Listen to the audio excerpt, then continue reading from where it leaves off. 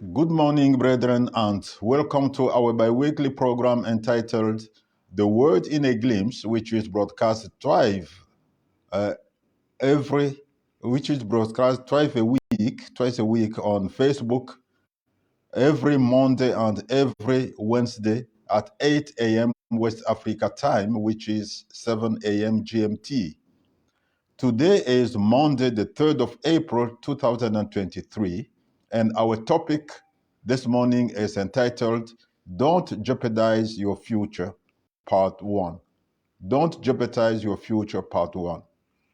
We started talking of this topic last Monday, the 27th of March. Unfortunately, in the middle of our teaching, we had a very serious technical issue that stopped the broadcast, and we couldn't fix it on time. So we were obliged to abandon it. And on Wednesday, for reasons beyond our control, we didn't have the teaching either.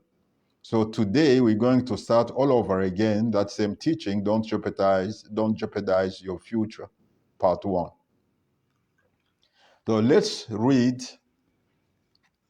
Genesis chapter 3, verses 1 to 6. Genesis chapter 3, verses 1 to 6. Let's read. Now the serpent was more cunning than any beast of the field which the Lord God had made. And he said to the woman, Has God indeed said, You shall not eat of every tree of the garden? And the woman said to the serpent, We may eat the fruit of the trees of the garden, but of the fruit of the tree which is in the midst of the garden, God has said, You shall not eat it, nor shall you touch it, lest you die. Then the serpent said to the woman, You will not surely die, for God knows that in the day you eat of it, your eyes will be opened, and you will be like God, knowing good and evil. So when the woman saw that the tree was good for food, that it was pleasant to the eyes, and a tree desirable to make one wise, she took of its fruit and ate. She also gave to her husband with her, and he ate. You see, many times in our lives, we may be facing situations of high pressure in a way or another.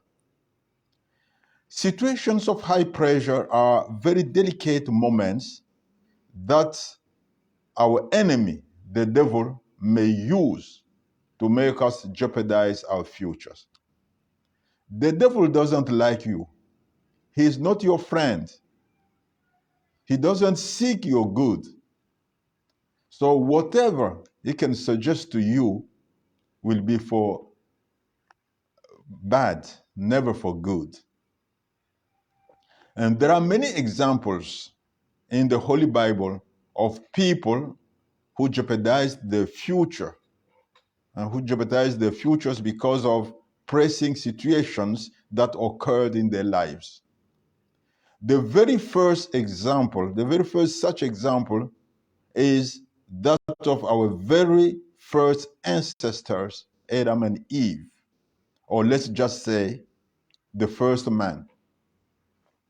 This very first man was instructed by God never to eat the fruit of the tree of the knowledge of good and evil, lest he dies. This is what God taught him. Yet Satan came and put pride in man's heart. He told man, you know, God didn't tell you the truth. God lied to you. I'm the one telling you now the truth. If you eat the fruit of that tree, the fruit of the tree of the knowledge of good and evil, you will not die, but you will be like God, and moreover, you will know good and evil. Man was already like God because man had been created in the likeness of God. So he was already like God. But because of the words of Satan, he felt the desire to be like God, and also the desire to know good and evil. I don't know what he thought that knowing good and evil will serve him. These desires, which were in fact the consequence of pride, the pride that the devil has instilled in the heart of man, these desires put pressure on man's mind. These desires to be like God and to know good and evil pressured man to eat the fruit of the tree of the knowledge of good and evil, and so jeopardize his future. You see, pride brings blindness into one's life. In this example of Adam, the example of the very first man, man was already like God. So he had no need to desire to be like God. You cannot desire to be what you already are. That would be senseless. Let's suppose you are a teacher. You cannot desire to be a teacher anymore. Let's suppose you are a businessman. You cannot desire to be a businessman anymore. That would be senseless. And also, what profit was there in the Garden of Eden for man to know good and evil? As long as man would be remaining in the Garden of Eden, there would be no evil in action there. Satan himself, the father of evil, could not deploy his power of evil there in the Garden of Eden. That's why he wanted the man to be sent out of the Garden of Eden, so that he, Satan, could deploy his power of evil on man.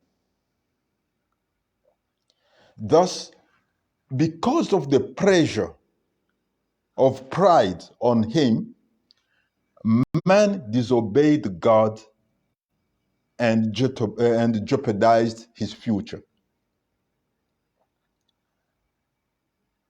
And not only his own future, the future of all his descendants, our future.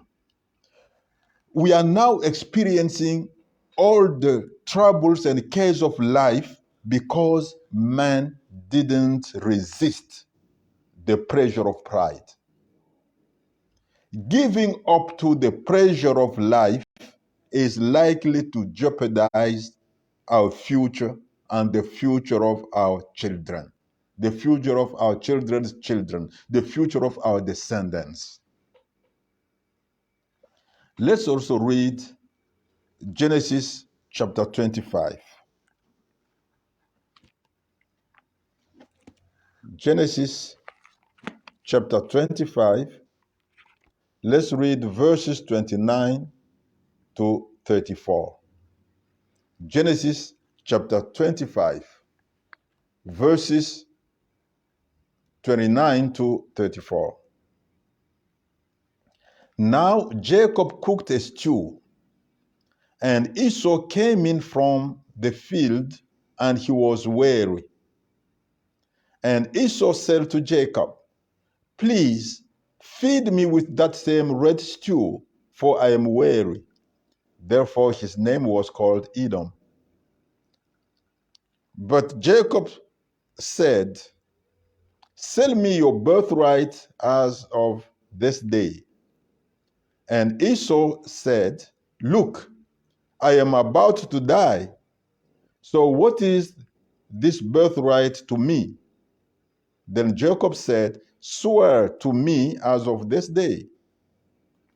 So he swore to him and sold his birthright to Jacob. And Jacob gave Esau bread and stew of lentils. Then he ate and drank, arose and went his way. Thus Esau despised his birthright. This is a very sad story, the sad story of Esau. You know, Isaac, the son of Abraham, married Rebekah and had two children. He had twins with Rebekah. The first to come out of the mother's womb was Esau, and the second was Jacob. So Esau was the firstborn to Isaac. Jacob was the second. So Isaac only had those two children, no other children, only Esau and Jacob. And Esau was the firstborn. You know, as the firstborn, he had many advantages. And here we see how he despised those advantages, how he jeopardized his future of benefiting from those advantages. You see, there are people who jeopardize their futures because of the pressure of natural needs. Natural needs are something normal. Natural needs are something not only real, but actually normal, as long as we are in our mortal bodies. Yet, our natural needs must not become our masters. We must not become slaves of natural needs. It is not our natural needs that must lead us. It's not our natural needs that must rule over us. It's not our natural needs that must tell us what to do and what not to do. We must not allow our natural needs make the decision on our behalf. We must not allow natural needs to put pressure on us. And in the case that there is already pressure, in the case that these natural needs are already pressing on us, we must resist that pressure. We must resist the pressure of natural needs. We must not let our natural needs dictate our attitudes. We must not let our natural needs dictate our behaviors. We must not allow the natural needs dictate our actions. We must not. They are not our masters. We are the one who must decide on what to do. And we are the one who must rule over our natural needs, not the contrary. In the example of Esau, we see that because of the pressure of hunger and weariness, Esau exchanged his birthright for a stew of lentils. As we said, being Isaac's firstborn, Esau was meant to have a very bright future. Isaac was a very rich man,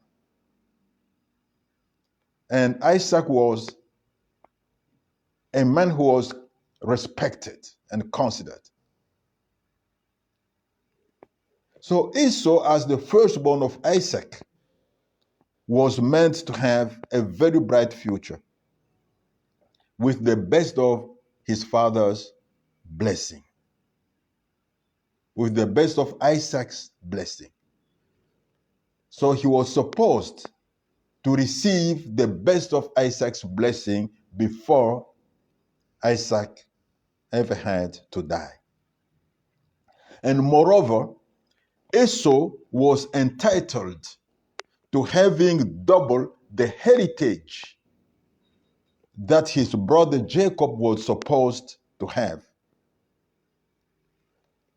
To put it simply, Isaac had to divide the heritage into 3 parts. He would give 2 parts to Esau and 1 part to Jacob. So Esau would be twice richer than Jacob. But because of the pressure of hunger,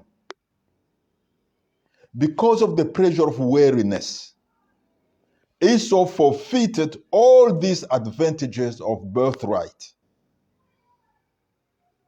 The need for food and the need for rest are natural needs and they are legitimate. We need to eat. We need to feed ourselves. And we need to have rest. Yet, we must not jeopardize our future for food or for rest. We must not do what Esau did. We must not sell our birthright. We must not jeopardize our future. Esau jeopardized his future. And we know that later on, when he realized that he has jeopardized his future, when he noticed that he was no longer going to have what he was entitled to have, he cried to his father to bless him instead, to give him some kind of blessing. Of course, his father blessed him, but that blessing was not as the blessing that he blessed his brother Jacob with, because he himself had jeopardized his future because of the pressure of hunger and weariness. You must never, never jeopardize your future because of the pressure of natural needs. And of course, there are many natural needs. In the case of Esau, we saw that he was pressured by hunger and weariness, especially hunger. But you can also be pressured by thirst or by any other natural need. There are so many natural needs. In this case, for example, Esau was coming back from the field. The field was his. So when he started feeling weary, he could stop working on that day, come back home, cook his own stew and eat, or ask his mother to cook him stew and eat. Yet he continued working and working on and on until he became completely weary and very hungry. He was not obliged to work at that extent. It was his own field. You could continue his work on the next day. That would have reduced the pressure of hunger on him. And even when he came home, feeling hungry, he was not obliged to eat right away.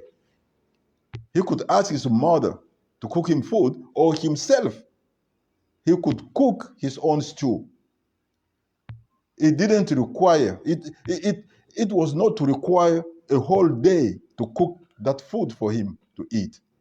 He could cook just a very fast food and eat it so that he could be satisfied and reduce the hunger that he had or suppress it. Dear brethren, never jeopardize your future because of the pressure of natural needs. We will continue with this same teaching on Wednesday, the 5th of April 2023. Meanwhile, dear brethren, God bless you abundantly beyond all your expectations and have a very fruitful week.